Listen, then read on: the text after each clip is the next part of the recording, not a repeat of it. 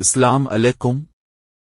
آج ہم آپ کو ایک ایسے عظیم نبی کی کہانی سنانے جا رہے ہیں جنہیں اللہ نے بے مثال حکمت، علم اور طاقت عطا کی، اور ایک ایسی ملکہ کی جس کی عقل و فراست نے تاریخ میں ایک اہم مقام حاصل کیا۔ سب سے پہلے ہمارے چینل کو سبسکرائب کریں اور بیل آئیکن دبائیں تاکہ اسلامی تاریخ کے ایسے ہی مزید دلچسپ واقعات اب تک پہنچ سکیں۔ حضرت سلمان اور ملکہ بلقیس کا واقعہ قرآن اور اسلامی تاریخ میں ایک اہم قصہ ہے۔ یہ کہانی محض شان و شوکت طاقت کے مظاہر تک محدود نہیں، بلکہ اس میں حکمت، عقل مندی اور اللہ کی قدرت کے کئی اسباق چھپے ہوئے ہیں۔ اس مضمون میں ہم اس واقعے کے مختلف پہلوؤں پر روشنی ڈالیں گے اور سمجھیں گے کہ اس کا ہماری زندگی اور تربیت پر کیا اثر ہو سکتا ہے۔ حضرت سلمان کا مقام۔ حضرت سلیمان علیہ السلام حضرت داؤد علیہ السلام کے بیٹے اور اللہ کے ایک عظیم پیغمبر تھے۔ اللہ تعالیٰ نے آپ کو نہ صرف نبوت عطا فرمائی بلکہ ایک ایسی سلطنت اور قدرت بھی عطا کی جو انسانی تاریخ میں کسی اور کو نہیں ملی۔ حضرت سلمان کو پرندوں اور جانوروں کی زبان سمجھنے اور ان سے بات کرنے کا علم دیا گیا۔ آپ کے دربار میں انسان، جن اور مختلف مخلوقات موجود رہتی تھیں اور سب آپ کے حکم کے تابع تھیں۔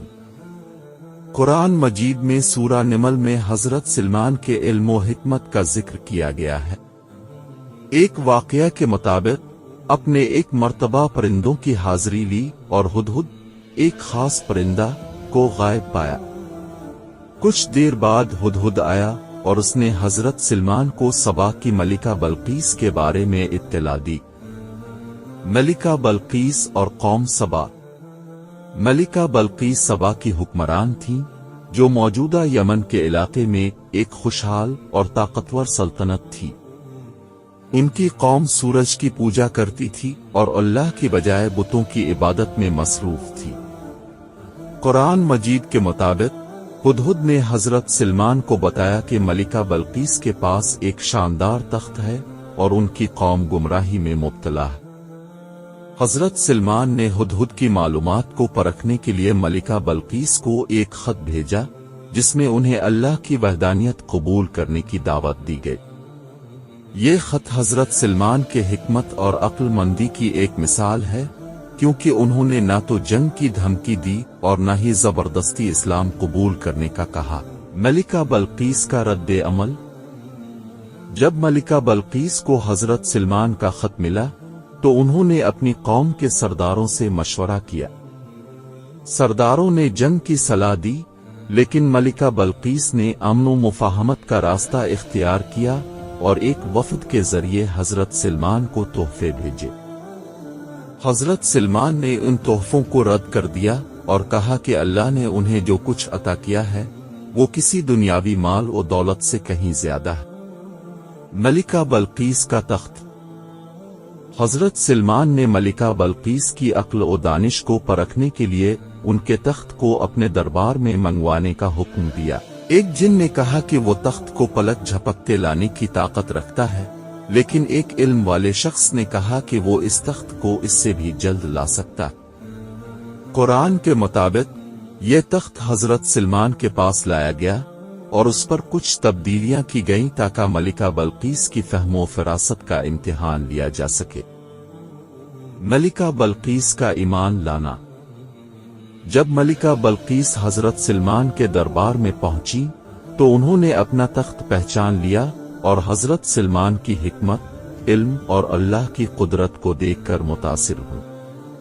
آخر کار انہوں نے اللہ کی وحدانیت کو قبول کر لیا اور اپنے گناہوں سے توبہ کی۔ اس واقعے کے اسباق: حکمت اور عقل مندی۔ حضرت سلمان نے امن و دعوت کا راستہ اختیار کیا اور جنگ سے بچتے ہوئے حکمت سے اپنی بات منوائی۔ علم کی اہمیت۔ حضرت سلمان کی کامیابی کا راز ان کے علم اور اللہ کی عطا کردہ حکمت میں تھا۔ دعوت کا اصول۔ اس واقعے سے ہمیں سیکھنے کو ملتا ہے کہ دعوت کا طریقہ نرم، پرسر اور حکمت پر مبنی ہونا چاہیے۔ اللہ کی قدرت، ملکہ بلقیس کا تخت پلک جھپکتے آنا اللہ کی قدرت کی ایک واضح مثال ہے۔